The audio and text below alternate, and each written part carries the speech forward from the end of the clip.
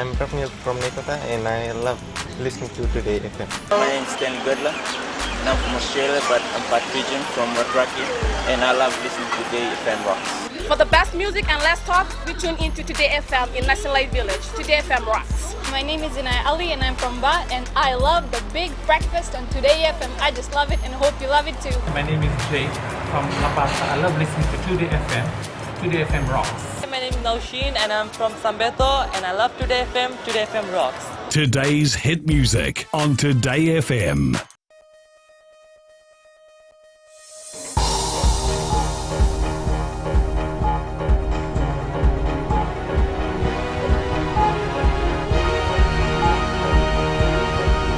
Good evening, I'm Amrita Priyadarshini and this is FPC News. Tonight, residential and ground rent freeze extended for 2017. More time given for village bylaws consultations. And $1 million development for Sabu.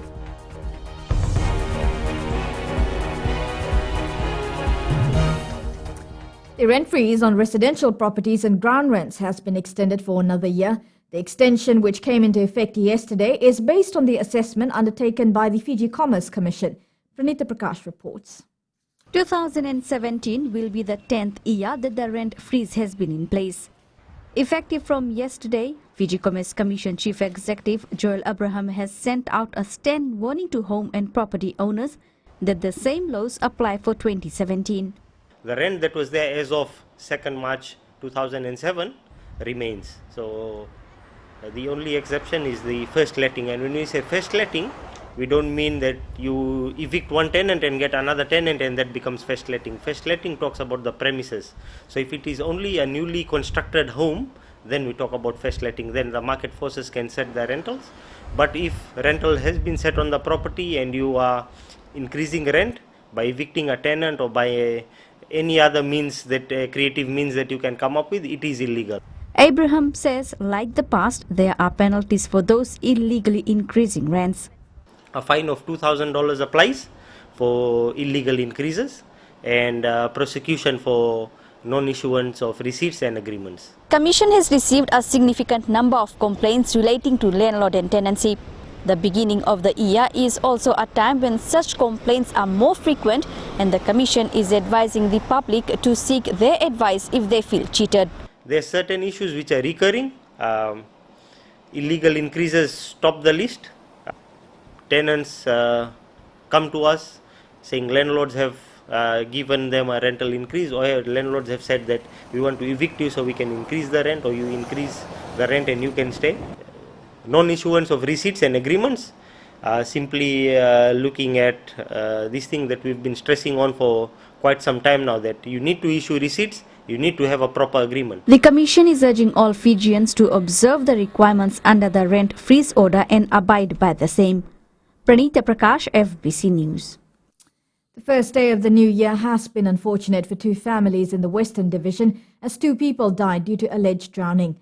Police spokesperson Anna Naisoro says a 30-year-old man of Tavasa settlement in Navasa went swimming with his family when he complained of having chest pains. Naisoro says the victim went missing shortly after, and a search was conducted where he was found a few meters away from where they were swimming. He was taken to the Kayasi Health Center but was pronounced dead.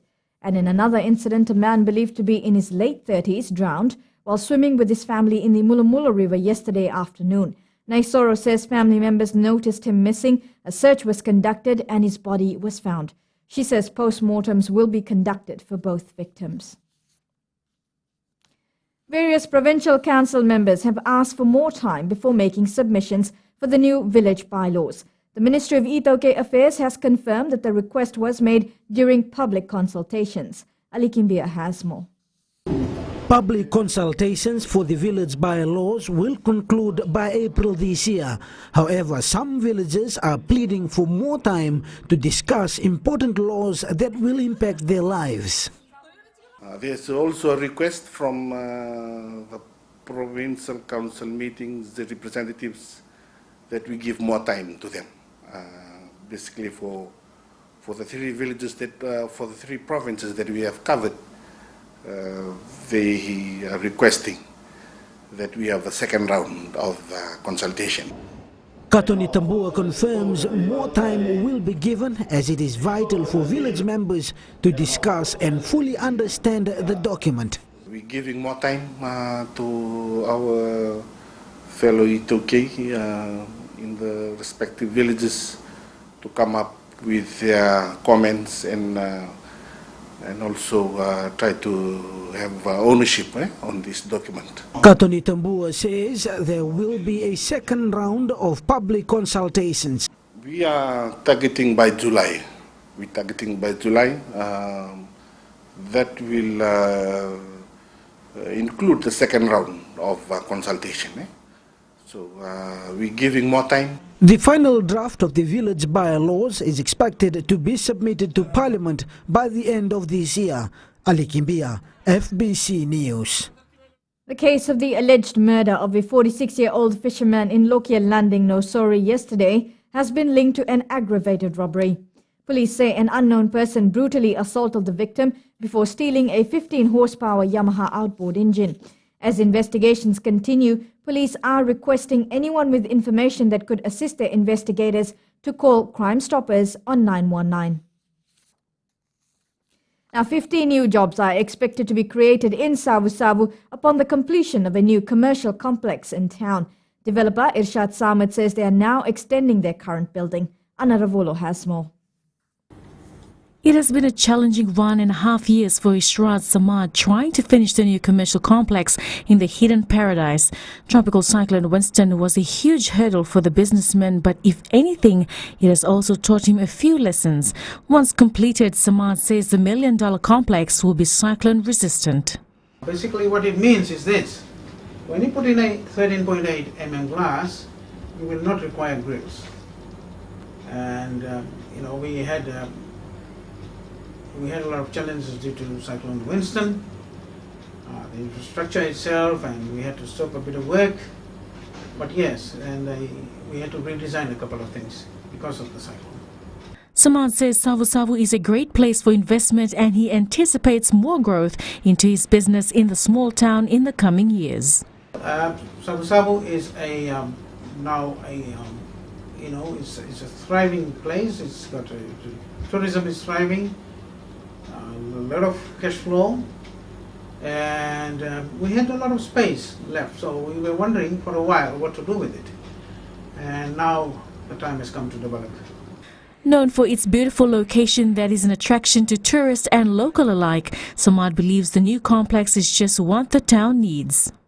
What we're looking is to have very modern outlets, a coffee shop, jewelry shop, clothing, some branded clothing, pharmacy, sportswear, and so forth. Samad has so far invested more than $1 million. The complex is expected to open next month. Anna Ravulo, FBC News. After the break on FBC News, assurances made that no one will be left out of Help for Home initiative. And Belgium Deputy Prime Minister presents financial donation for VCC Primary School that was damaged by Cyclone Winston. Stay with us.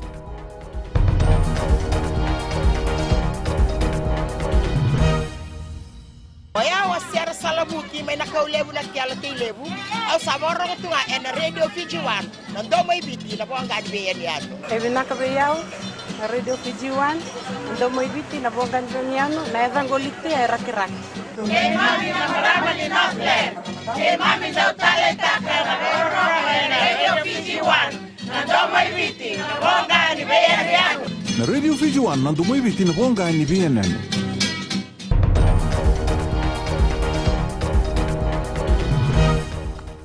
Welcome back here with FBC News. The Ministry of Women, Children and Poverty Alleviation is assuring affected families that no one will be left out of the Help for Home Government Initiative program. The implementation of the second phase of the program commenced from the 28th to the 30th of last month. In Phase 1, 23,000 people were assisted under the initiative and $86 million was used. For the beginning of Phase 2 in Tailevu North and Wainimbuka, 1,300 recipients were assisted at a cost of $4.78 million. The ministry is advising those whose names are not included within the master list and the Commissioner's office list that assessment will be done on site by their respective officers. The Netasiri province will be assisted from the 4th to the 6th of this month. $20 million is allocated for the second phase, and this is expected to be completed before the 4th of next month. Now, police are still looking for a suspect who allegedly raped a 23-year-old student at Holland Street in Suva in broad daylight on Friday. No arrests have been made, and police are appealing for information which could assist with their investigations. Anyone who may have seen someone acting in a suspicious manner around or near the scene of the crime between 10 in the morning to midday is requested to call Crime Stoppers on 919. Meanwhile, a 25-year-old man who was first on the scene is still in shock, trying to come to terms with what he saw that day. What was supposed to be a normal working day for him turned out to be a nightmare after making the gruesome discovery. The man, who wishes to remain anonymous for fear of victimization, claims he heard the victim crying for help. He ran to investigate and found her covered in blood. He then asked a taxi driver to help him take her to the hospital. I thought it was a ghost. I was shocked. I saw a lady naked. She was screaming for help. Her face was swollen. There was blood coming out of her face, her legs. I just took off my shirt. I gave it to her. Belgium's Deputy Prime Minister Honorable Didier Reynders is in the country on an official visit, making him the first Belgian minister to visit Fiji. Reynders began his tour from Lautoka this morning as he met with Education Minister Dr. Mahendra Reddy, senior education officials and members of the sugar stakeholders. Senior officials of the Sugar Ministry in Lautoka briefed the minister about Fiji's sugarcane industry and its future. He then visited the Sugar Refine Institute of Fiji's facility, where he also received a briefing. Reynders was traditionally welcomed by the Vanua Vunda and later officiated at the presentation of over $30,000 donation to Vesese Primary School, which suffered damages during the tropical cyclone Winston. He will meet with senior government officials later this week in Suva. Turning overseas, and the Turkish government says it's a terror attack. At least 30 people gunned down in an Istanbul nightclub as they partied for New Year. Up to 600 people, including tourists, were celebrating when the gunmen opened fire at random. It's shaken a city that suffered a number of bombings over the past year. Coming up in sports, Vodafone Fiji Sevens extended squad march into camp tomorrow. And Fiji National Rugby League to work with Nandi Aviators. These stories and more after the break.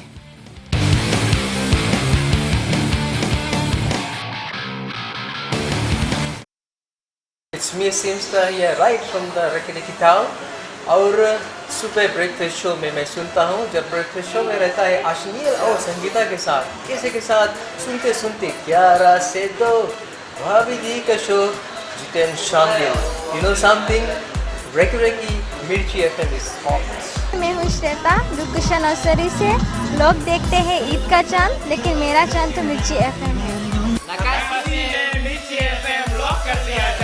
हमारा नाम जाबिर है, हम कोर्निविया नसोरी में रहता है। मिर्ची FM हम सब टाइम सुनता है। मिर्ची एफएम बहुत जुलूम है। मिर्ची एफएम इज हॉट। मिर्ची FM, it's hot.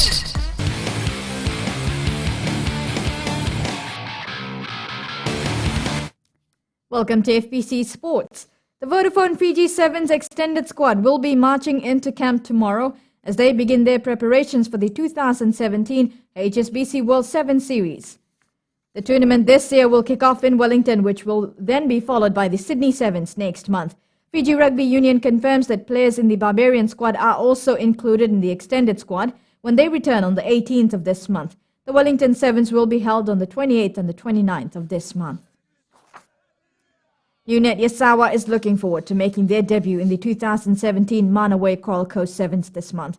The team has been consistent in the last few months and they are hoping for a good turnout in the tournament. Melitavanga reports. UNET Yasawa team manager Tom Bruce says they will be going into the tournament as underdogs. Boys are pretty excited after the Murray Sevens, and it has sort of inspired them to work harder, motivated them. So yes, we have a good squad and we're preparing well for the Coral Coast Sevens. The team played a warm-up match against Ulinakau last Saturday, which was an important game for new players to prove themselves. A couple of new players in the team. Our skipper is away and a couple of senior players as well. Some have joined other contracts overseas. Singapore and Cook Islands, and other senior players that have joined the police team as well. So it has been good in terms of preparation. Yeah. Coach Tom Bruce is hoping for another good year for the team. Looking forward to the Coral Coast Sevens and the 21st, 22nd, I believe, of January.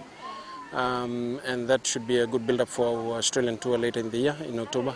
And also the other big Sevens tournaments, Murray Sevens in March. The team were runners-up in the 2016 Murray Sevens and played well in other tournaments, so the boys are excited and all geared up for the tournament. Melita Banga, FBC Sports. The Fiji National Rugby League will be working together with the Nandi Aviators in preparation for their match against Papua New Guinea. The Nandi side, who is in the zone champions, will be representing Fiji in their game against Snacks Tiger from PNG. Fiji resident strength and conditioning coach Etonia Newasetawa says the Nandi Aviators knows what PNG players are capable of when it comes to rugby league. The champion versus champions will take place in Lawanga Park, Singatoka on the 17th of next month. We're going to concentrate with the Nandi now because they'll be playing February against the PNG team. They will set the training program for them. Now they are doing it. They're following that training program, and with the strength goes with the endurance-wise.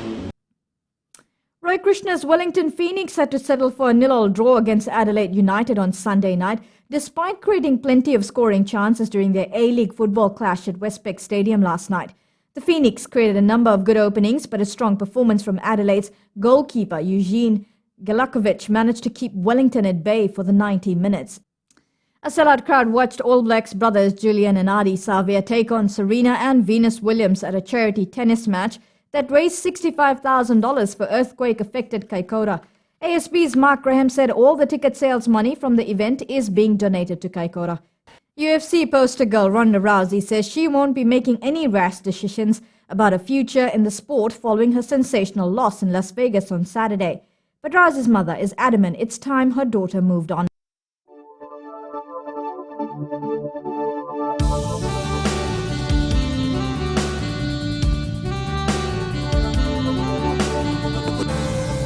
Rain was experienced in all centres today. Surprisingly, Ba was the coolest today at 28 degrees, not something we see often. Nandi, Sabu and Lambasa share the lead on today's temperature chart with 31 degrees. Or you can expect showers to continue tomorrow. The further outlook is for more rain. A strong wind warning remains in force for all Fiji waters. An active trough of low pressure with cloud and rain remains over Fiji and is gradually moving westwards. It is expected to affect the group till midday tomorrow. Recapping the main stories, residential and ground rent freeze extended for 2017. More time given for village bylaws consultations. And $1 million development for Sabu. For these stories and others, tune in daily to our sister radio station, Gold FM. Now to the results of our poll question for last week, and we asked, do we need to control the number of cars on our roads? 69% said yes. On to this week's poll question, and we ask, should the residential and ground rent freeze be lifted? To answer, visit our FBC website. You can also send us newsworthy pictures and videos on email, citizenseyes@fbc.com.fj, or share it with us via our Facebook page. You can also follow and tweet us your news tips at FBC News, or simply #FBC News. Until next time, good night.